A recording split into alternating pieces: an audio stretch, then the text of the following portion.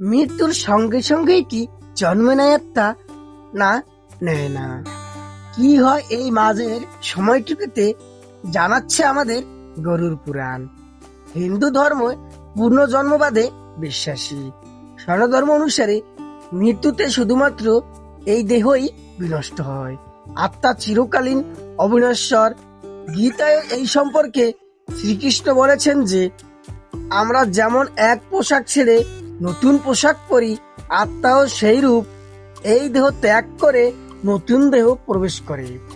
মৃত্যুর এই দেহ পঞ্চভূতে বিলীন হয়ে গেলেও আত্মার লয় নেই, ক্ষয় নেই।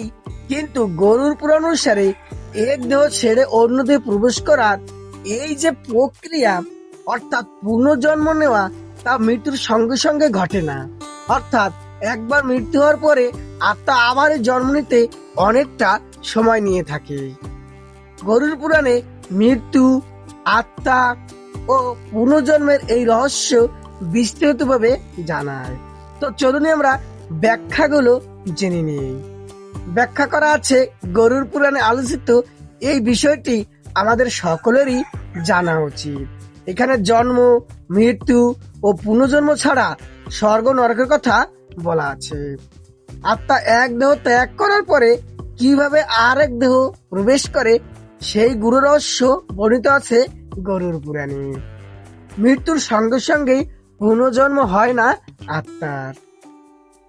গরুর পুরাণে বলা হয়েছে যে মৃত্যুর সঙ্গে সঙ্গে কোনো আত্মা আবার জন্মানোর জন্য নতুন শরীর পায় না, তার জন্য প্রতীক্ষা করতে হয়। কোনো না কোনো আত্মা মৃত্যুর কিছুদিনের মধ্যে আবার জন্ম নিল, কোনো কোনো আত্মাকে শরীরহীন অবস্থায় দীর্ঘকাল অপেক্ষা করতে হয়। আবার কোনো কোনো আত্মা বারবারের মতোই এই পৃথিবীর জন্ম মৃত্যুর চক্রাকার থেকে বারবারের মতো মুক্তি পেয়ে যায়, তাকে আর জন্ম নিতে হয় না। মৃত্যুর পর জীবদশায় আত্মার কৃতকর্মের হিসাব করা হয়। তারপর সেই আত্মার পুনর্জন্ম কোথায় হবে এবং কিভাবে হবে তা স্থির হয় বলে জানিয়েছে গরুর পুরাণ। যে আত্মা জীবদ্দশায় বরাবর ভালো কাজ করে এসেছেন, কখনো কারো ক্ষতি করেননি, অসহায়কে সাহায্য করেছেন, সেই আত্মা তার পূর্ণফল লাভ করার পর সঙ্গে সঙ্গে নতুন দেহে প্রবেশ করার সুযোগ পেয়ে যান।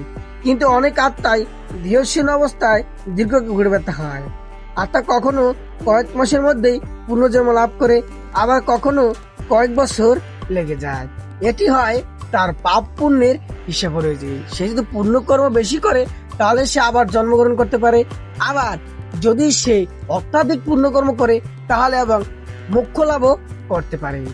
মোক্ষ লাভ হয়ে গেলে আত্মার আর জন্ম হয় না, আত্মা ব্রহ্মত্মার সঙ্গে বিলীন হয়ে যায়।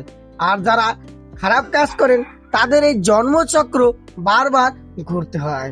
ভালো কর্ম করলে উচ্চ বংশে জন্ম হয়, প্রভাবশালী ঘরে জন্ম হয়।